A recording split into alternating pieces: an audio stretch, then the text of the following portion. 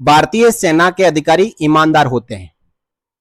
अब तक लोग यही कहते थे, लेकिन पिछले कुछ सालों से इस ईमानदारी को कुछ करप्ट अफसरों ने धूमिल कर दिया है। जी हां, भारतीय सेना की जो साख है कि भारतीय सेना ईमानदार होती है और इसमें काम करने वाले अधिकारी, जेसीओ और जवान भी ईमानदार होते हैं। देखिए दोस्तों, 11 करोड़ रुपए का घोटाला एक मेजर जनरल ने किया है और यह घोटाला जो भारतीय सेना के जवानों के लिए मेडिसिन आती है, उन मेडिसिन में किया है।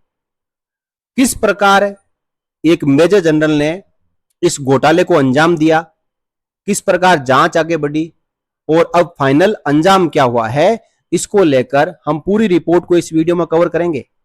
जय हिंद, नमस्कार दोस्तों, आप सभी का एक बार फिर स्वागत है। 11 करोड़ के घोटाले का रिश्वतखोर मेजर जनरल भारतीय सेना से बर्खास्त, जवानों के जिंदगी के साथ में की सौदेबाजी, अब 1 साल की कठोर कारावास के साथ कैशियर कर दिया गया है। जी हां साथियों, कोर्ट मार्शल कर दिया गया है। क्या एक अधिकारी भारतीय सेना में इसी दिन के लिए भर्ती होता है? बड़ा सवाल है दोस्तों। एक भारतीय सेना के अधिकारी को यदि कोर्ट मार्शल करके सेना से बाहर निकाला जाता है तो इससे बड़ी बेशर्मी की बात हो ही नहीं सकती। Major general cashiered from service gets 1 year RI in 11 crore fraud. जी हां साथियों, आप देख पा रहे हैं, ट्रिब्यून न्यूज सर्विस से खबर छपी है चंडीगढ़ से और जुलाई 24 यानी 24 जुलाई 2026 की खबर है।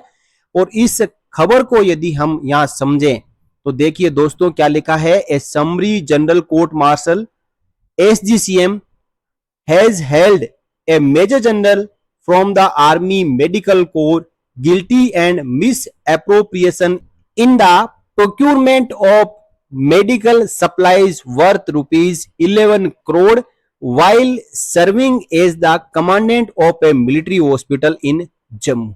जी हां साथियों, ये जम्मू मिलिट्री हॉस्पिटल में इस भ्रष्टाचार को अंजाम दिया गया था और ये पूरा का पूरा जो भ्रष्टाचार है वो दवाइयों की खरीद फरोख्त में किया गया है और कुल मिला के जो भ्रष्टाचार किया गया है वो जांच के बाद 11 करोड़ रुपए का निकला है। अब इन मेजर जनरल साहब को सेना से बर्खास्त कर दिया गया है, बाहर निकाल दिया गया है और साथ ही साथ 1 साल का रिगोरियस इंप्रिजनमेंट दिया गया है, यानी कठोर कारावास। सिलसिलेवार इस पूरी खबर को समझे तो आप देखें कि कोर्ट का जो फैसला आया है वो क्या आया है। उसके अनुसार अधिकारी को सेवा से बर्खास्त कर दिया गया है, जिसे सेना में कैशियर्ड फ्रॉम सर्विस कहा जाता है। साथ ही साथ 1 साल की कठोर कारावास की सजा दी गई है और कुल मिला के इन मेजर जनरल साहब के ऊपर 18 आरोप लगे थे और उन 18 आरोपों में से 16 आरोप बिल्कुल सिद्ध हो चुके हैं, यानी प्रूव हो चुके हैं। मामला था अगस्त 2018 से जनवरी 2020 के बीच जम्मू मिलिट्री हॉस्पिटल के लिए दवाइयां, उसके बाद जो जेल है, मलम है, ड्रेसिंग पट्टियां है, ये सब जो सामग्री है और अन्य जो मेडिकल इक्विपमेंट है, इनकी जरूरत से अधिक मात्रा और अधिक कीमत पर खरीद की गई और ये जो अधिक मात्रा और अधिक कीमत लगाई गई, इसका जो लाभ है वो सीधा सीधा मेजर जनरल साहब को गया और ये कुल मिला के जो घोटाला है वो 11 करोड़ रुपए का हुआ है, जिसमें जो दवाइयां खरीदनी थी, जितनी जरूरत थी उससे ज्यादा खरीदी गई, जो रेट थी उससे ज्यादा रेट में खरीदी गई और इस भ्रष्टाचार को अंजाम दिया गया। अब देखिए, उपलब्ध स्टॉक और सप्लायर्स की गलत जानकारी देकर डिफेंस प्रोक्योरमेंट मैनुअल 2009 के प्रावधानों का उल्लंघन किया गया। कुल मिला के 18 आरोप लगे थे, जिसमें 16 आरोपों में मेजर जनरल साहब दोषी साबित हुए और इसके बाद ही जो कोर्ट मार्शल ने फैसला लिया कि ये भारतीय सेना में रहने के लायक नहीं है, इनको सेना से बर्खास्त किया जाए और साथ ही साथ 1 साल का कठोर कारावास दिया जाए। अब देखिए दोस्तों, ये निर्णय सक्षम प्राधिकारी की पुष्टि के बाद लागू होगा। अधिकारी के पास उच्च अधिकार प्राधिकारी और आर्म्ड फोर्सेस ट्रिब्यूनल में अपील करने का अधिकार है। अब वहां पे जाके इस कोर्ट मार्शल के खिलाफ अपील कर सकते हैं, लेकिन जब भ्रष्टाचार किया है तो अपने आप को निर्दोष साबित कैसे करेंगे।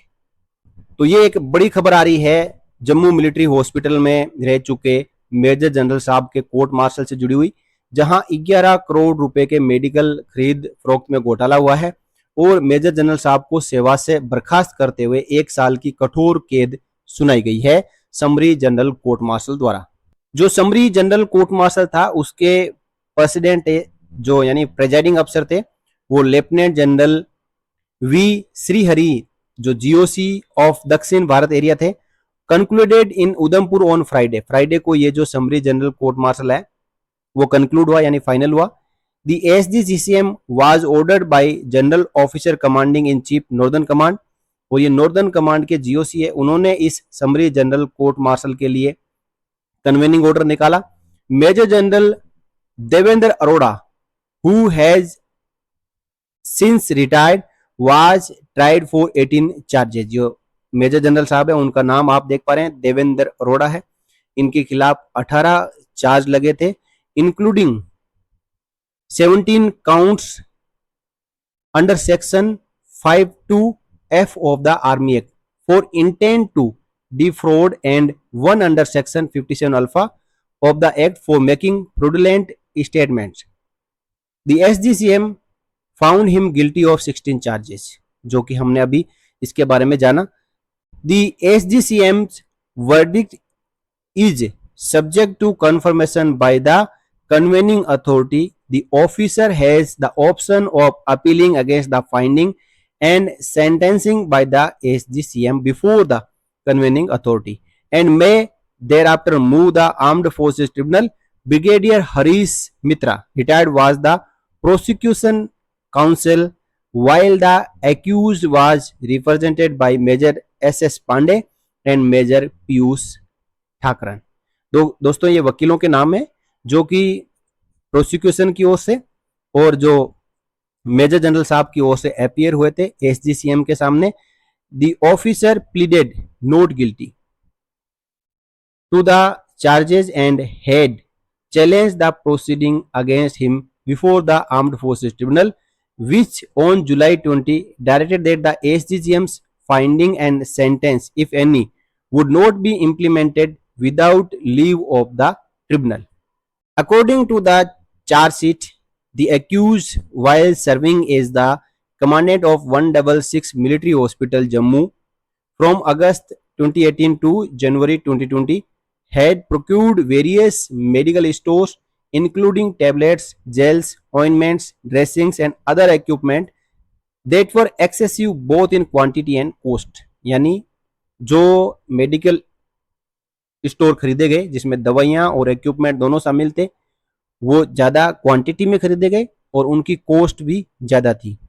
He had also allegedly given incorrect information regarding the availability of the stores and the suppliers in the proprietary articles certificates that was in contravention of the provision of the Defense Procurement Manual 2009।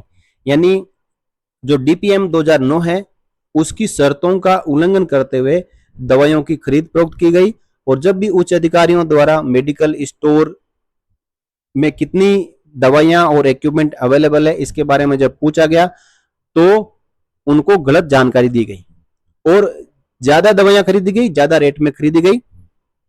इसके बाद एसजीसीएम order हुआ, एसजीसीएम ने पूरी finding निकाली और 16 आरोपों में उनको दोषी पाया।